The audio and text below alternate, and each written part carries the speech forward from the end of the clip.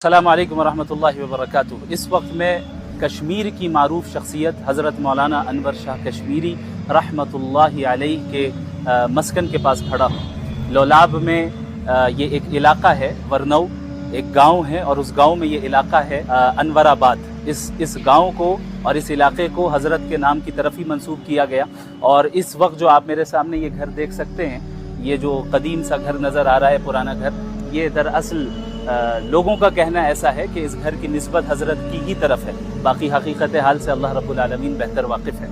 हज़रत अनवर शाह कश्मीरी रहमहुल्लाह मोहताज तारुफ नहीं है। 1875 में उनकी पैदाइश होती है और इसी गांव में पैदाइश होती है, यहीं पे उनकी परवरिश भी होती है। उनके जो वालिद मोहतरम थे वो भी आलिम दीन थे और इनकी बेहतरीन तरबियत होती है, यहाँ तक कि वो बड़े आलिम दीन बन जाते हैं, बड़े मुहद्दिस बन जाते हैं और अहादीस नबविया की भरपूर अंदाज में खिदमत अंजाम देते हैं। आज तक हम सब उनकी किताबों से जो है इस्तिफ़ादा करते हैं और पूरी दुनिया इस्तिफ़ादा कर रही है। आइए हम इंशाअल्लाह आगे चलते हैं, अंदर चलते हैं और देखते हैं कि उस वक्त उस ज़माने में किस तरह का घर हुआ करता था और इन तमाम कम वसाइल होने के बावजूद उन्होंने कैसे दीन की मेहनत की और दीन का इल्म हासिल किया और अल्लाह ने इन्हें कितने ऊंचाई तक अल्लाह रब्बुल आलमीन ले गया। आप इस घर को देख सकते हैं, आप छत को देखें, दीवारों को देखें और इन तमाम जगहों को देखें कि ये घर किस तरह है और किस तरह वो ज़िंदगी यहाँ पे गुजारते थे, कम वसाइल के बावजूद भी बड़ी मेहनत की दीन को हासिल करने के लिए। और आजकल हमारे यहाँ तमाम वसाइल हैं,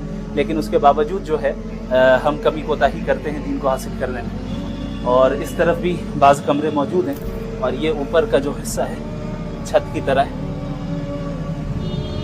बाज़ हज़रात का ये भी कहना है कि ये मकान दरअसल उनके भाई का है, लेकिन निस्बत उनकी तरफ हो गई। बाकी अल्लाह रब्बुल आलमीन बेहतर जानता है। ये गांव वही है, ये बस्ती भी वही है जहाँ पर हज़रत की विलादत हुई और परवरिश चली। यहाँ उनके घर के करीब एक चश्मा भी है जिसकी निस्बत भी उन्हीं की तरफ की गई है और इसे चश्मा-ए अनवर कहकर पुकारा जाता है। हज़रत रहमहुल्लाह का इंतकाल 1933 में होता है। अल्लाह रब्बुल आलमीन से हम दुआ गो हैं कि अल्लाह हज़रत के दरजात को बुलंद फरमाए और उनके इल्म से पूरी उम्मत को इस्तिफ़ादा करते रहने की तौफ़ीक़ अता फरमाए। जज़ाकुमुल्लाहु खैरन।